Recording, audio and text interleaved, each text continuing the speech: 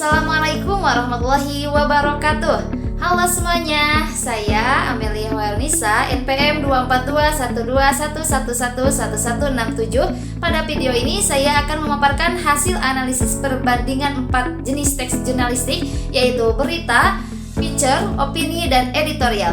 Berdasarkan contoh dari Tirto ID, Kompas ID, Republik ID, dan CNN Indonesia.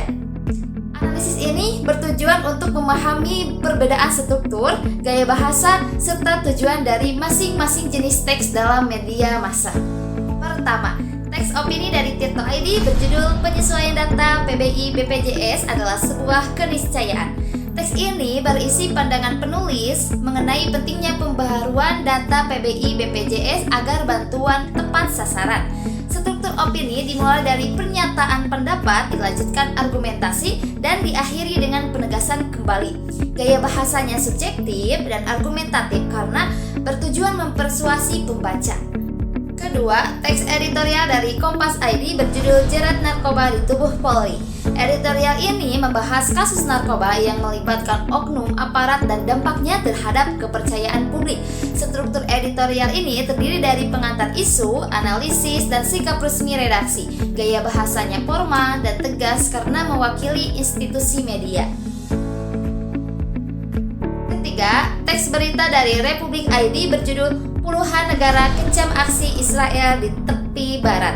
Berita ini menyampaikan informasi faktual mengenai kecaman internasional terhadap tindakan Israel. Struktur berita menggunakan pola piramida terbalik, yaitu informasi terpenting disampaikan di awal, gaya bahasanya objektif dan tidak memuat opini berita.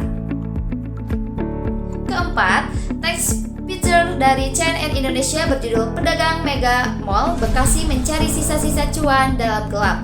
Feature ini mengangkat kisah pedagang yang tetap bertahan dalam kondisi sulit. Struktur penulisannya naratif dan lebih fleksibel.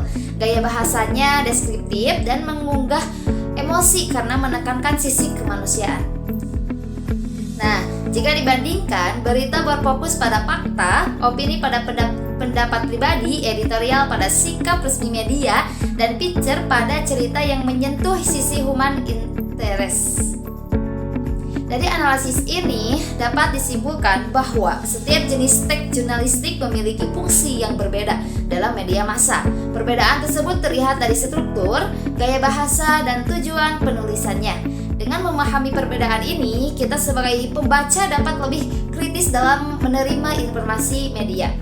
Sekian yang dapat saya sampaikan. Mohon maaf bila ada kesalahan dan kekurangan. Terima kasih. Wassalamualaikum warahmatullahi wabarakatuh.